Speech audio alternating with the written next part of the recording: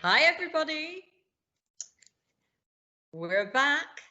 This is the third in our Table Talk series, and today we're going to be talking about the seemingly unstoppable rise of the discount supermarkets. In Scotland alone, Aldi and Lidl are planning to open new Scottish stores. They've got Aldi at Countess Wells. In Aberdeen, they've got Stonehaven, Fraserburgh that they've got their sights on. For Lidl, they're looking at Stonehaven as well, South Inverness, West Hill, Rosyth.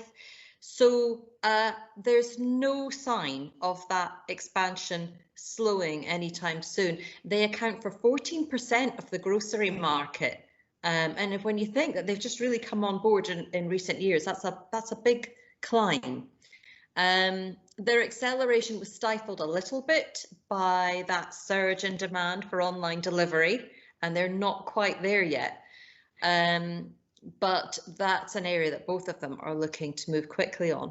So it's a subject that we've been looking into on the food and drink sections of both the Courier and the Press and Journal. So I'm going to link to that feature in the article below.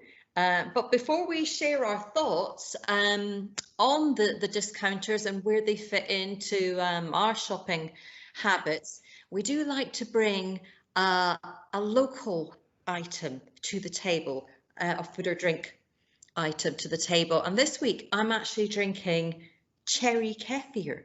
And this one I picked up in Aldi. It's from Graham's. And you see kefir and live yogurts in all the supermarkets at the moment, regardless whether they're discounter or the traditional supermarkets. And I really encourage you to try kefir if you haven't given it a go. It's like a sour yogurt, but it's full of probiotics. And the team here know I'm big into my gut health. But probiotics are not only good for our digestive health, they're good for our overall well-being. They help our digestive system work much more efficiently. So lovely thing to try. And there's lots of options out there as well. So my take on the discounters is I think they're a good thing. They keep prices down, not by scrimping on quality, which some people might think, but rather by limiting the choices in their range. So instead of offering 5 or 6 ketchup brands in the stores, they might have 1 or 2, and therefore they pass the economies of scale onto the consumer. So it's a clever model that the traditional supermarkets have struggled to keep up with. So, you know, some of them are saying that the bigger ones like Tesco and Sainsbury's are really going to struggle in future, and you're going to see Aldi and Lidl push higher and higher into that market. But the one thing, I'd be interested to hear what you guys think about this, the one thing I think the traditional supermarkets have in their favour is these loyalty schemes. Because I've got a Tesco at the bottom of the road, I have the club card, I use it to collect Avios points, and then with those points, I get money off either flights or hotels, and that's a tangible saving and it keeps me going. And they've also got the benefit of the good locations. You know, the nearest supermarkets to me are at Tesco and Sainsbury's. So, you know, there's lots of positives there for the bigger ones as well. Rebecca, where do you sit on the supermarket mix? Who do you use? I mostly use Tesco. There's about 3 Tesco's between me and any other supermarket before I even try and get in my car and drive to the side of where I live. On my way home, when I was working in the office, on my walk home, if I walked home, I usually got the bus, but if I walked home, I would walk through the car park of a Lidl. So sometimes I would pop in there if I knew that I was wanting to have something particular for dinner and I didn't have that ingredient. There was a Lidl, but then across the road there was a Tesco, but to get to the Tesco you had to navigate like a big roundabout. So that would be the only time that I would kind of go into Lidl. But because I live on my own and because I'm gluten free, I didn't find it really catered that much for me, because a lot of the meat is like they've got 4 steaks in a packet or they've got like 3 fish in a packet, and I just want one thing that I can cook. And they do have some gluten-free stuff, fantastic gluten-free biscuit range, but I don't always want biscuits for my dinner.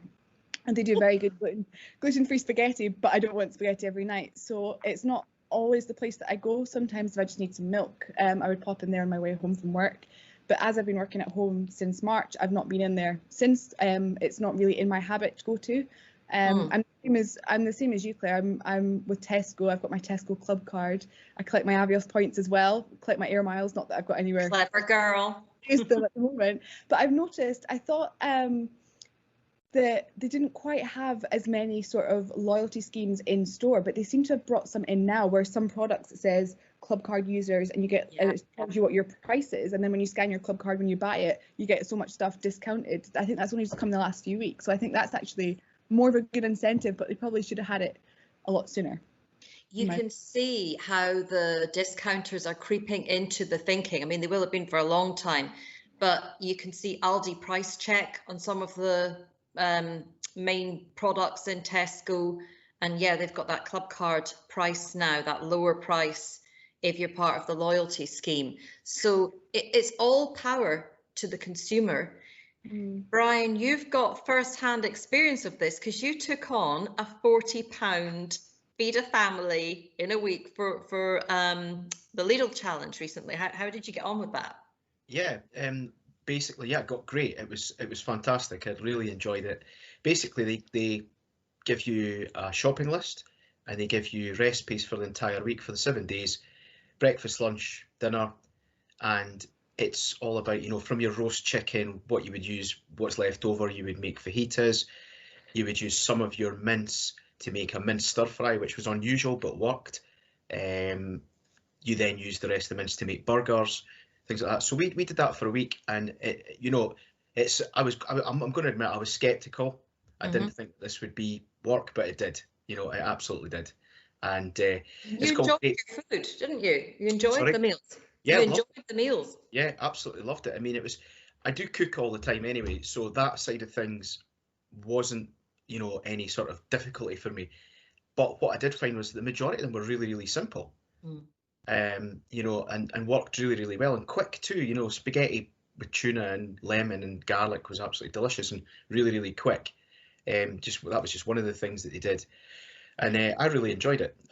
Worked great, and I would thoroughly recommend somebody, you know, giving it a wee go just for the fun of it more than anything else. So you can actually feed a family for £40. Yeah, for a whole week. Excluding snacks, if you've got teenagers, that's another £320 right on just there.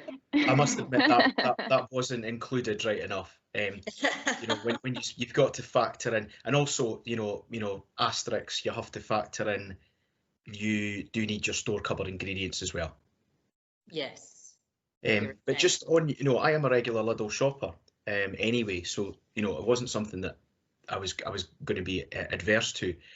But they have just jumped on the loyalty bandwagon within the last 6 weeks to 2 months with the Lidl Plus app. If you download it for your phone, works on Android and iPhone, you get an initial £5 off your first £25 spend, and thereafter they rack up what you spend. When you reach £50 spent in a month, you get £2 off. If you reach £100 spent in a month, they give you another tenner off. Also built into the app are various other discounts for their own brands within it, and every time you shop they give you a scratch card. Yes. A virtual scratch card. I've not won anything yet, so I can't tell you what the prizes would be, but so yeah, they have jumped on that bandwagon as well. They'll be paying you to go in next. They give any more. I know. So, well, if you want to watch how Brian got on that challenge, because he did a little video with it as well, we will link to that in the article below. So take a look. It's a lot of fun. What did you bring to the table today, Brian? Well, as I've been completely disorganised today and was buzzing around because I wasn't actually working today, as you know, I've brought Lidl's own kurma sauce. Ooh. Because I was going to be talking about them. Now, the reason I've brought that is because it was one of the things that really, really surprised me. A, I'm not big into my kurmas. I'm a hot curry man. B, I had absolutely no idea that this was going to be something that would actually work on the challenge, and it was delicious. So obviously other cooking sauces are available, but I think it's about 59 pence. That's good. Oh wow, That's really good. Going, yeah. Every single one of us thought it was great. I'm not sure about how good it is for you or that. I never really looked at that. There's a lot of yellow and red. There's a red one on the front there, I think, under the saturate. So we'll maybe just stray away from that. Yeah. Well, if you haven't got time, every now and then you can cheat. Yeah. I kind of like to do the real deal. I make a curry every Friday night, and I do like to start from scratch.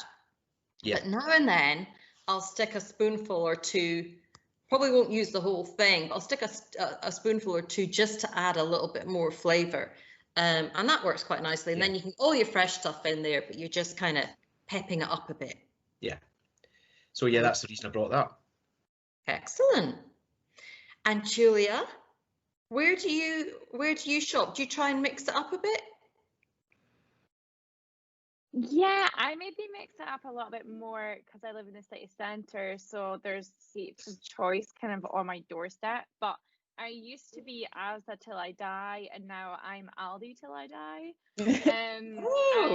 Total just off of friends' recommendations. I'm a bit of a scrimp when it comes to paying like really heaps and heaps of money to supermarkets and stuff. So when I do shop at supermarkets, I'm always looking for like the deals or where I can save money, because I prefer to go and eat out. So I use that money that I save to go and enjoy myself.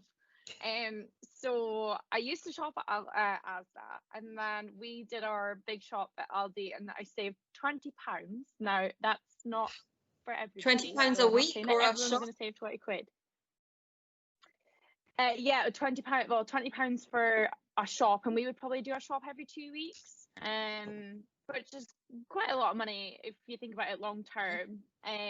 So we were like, right, yeah, let's try it. And because I've been trying to eat a little bit more plant based or using meat alternatives, corn is like really, really, I say really, really expensive. It's probably not actually that expensive to most normal people, but to the type person that I am, it's expensive to me. So Aldi does it like half price in comparison to Asda. So I get think of the gin you can buy with your savings as well for your gin collection. And do Aldi do a range of this, Julia? Of gin or of corn? Corn. Sorry, that was me. So they don't do like their own corn, but they sell corn like branded corn. So you get it for like £1.47, and in comparison to like Asda, where it's about £3. So we can then either buy twice as much, so we're not having to go to the shop as much, or we just buy less and spend less. So yeah, I've been really impressed with Aldi. There's not much that you can't get there really, and they've got like heaps of vegan and veggie options and all that kind of stuff. Not that I'm not vegan or veggie, but trying to eat a little bit more consciously, thinking of the planet and stuff. So that's kind of why I guess I'm stuck there now. I love it. And you don't miss the brands. I mean, they do have some brands, those stores, I know, but just on like your washing powder and all the rest of it, you don't miss those brands when you go to the discounters. Not really. I've not had to buy ketchup since moving to Aldi. So my Heinz Tommy K, I don't know if I could ever give that up, to be honest. So I'll probably nip back to Asda or Tesco, because that's kind of the two that I would switch between. But yeah, and I now have, because I've been studying, I now have a student discount card, so I can get student discount in the likes of Co-op as well. So I might have to go and have a wee try of Co-op and see what I can treat myself to in there. I need to take a course in something just so I can start telling people I'm a student and take years off myself in the process. A student card, I'm a student. Student. It's my sister. Sorry. It's really interesting, Julia, that you mentioned about you don't know if you could substitute your tomato ketchup. I remember when I first moved into my own house, and it was like 20 odd years ago now. My mother said to me, and I remember, there are 4 things you cannot scrimp on: tomato ketchup, coffee, mayonnaise, and toilet roll. Oh, why with the final one? Yeah, I would agree, to be fair.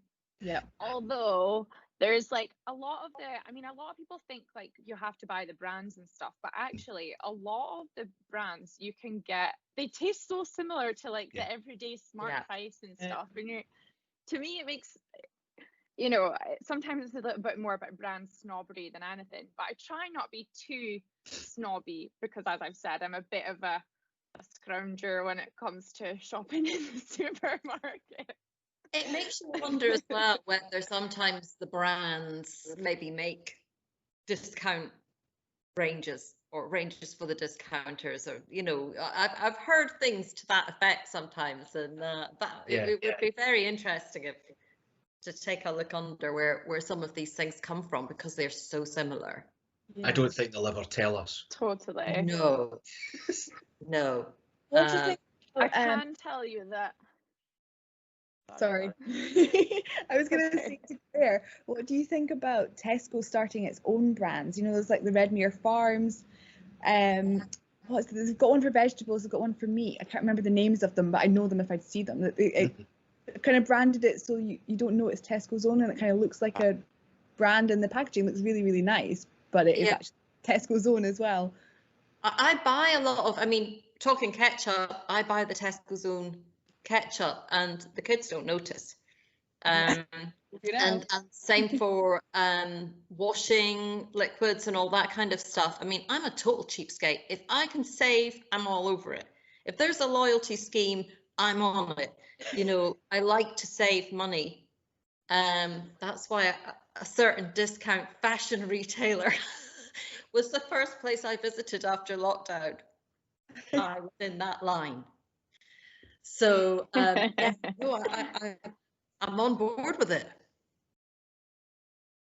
Yeah, me too. And the thing is, you can get with the wines and the champagnes for £10 bottle of champagne. Yeah. And there's absolutely no competition. I know if you were a kind of champagne snob, you would taste the difference, but it's quite subtle actually between the £10 bottle you could buy in Lidl and the 40 quid plus that you could buy elsewhere. So, that for me at Christmas, I'm scooping that up. Yeah. Yeah. I'm rattling around the stores. Every time I hear the word champagne, I'm reminded of the most stupidest thing I ever did. Oh, when I got married, guys that lived married was the stupidest thing you ever did. No, sorry. No. And we're finished. Thank you for watching. Yeah, the guys that lived up the stairs to me in the flat above came down on the day of the wedding and gave us a bottle of champagne. And we were going to a party, so at one point, and so I went and took this bottle of champagne up and to the party. Went, oh, that's so kind of you. They were going like crazy, and I was like, oh, aye, yeah, no problem, don't fuss it. And Karen's going, that must have been a really nice bottle of champagne, because they're going crazy about us bringing it round. And I checked it up, and it was over £100 worth of champagne, and I just gave it away.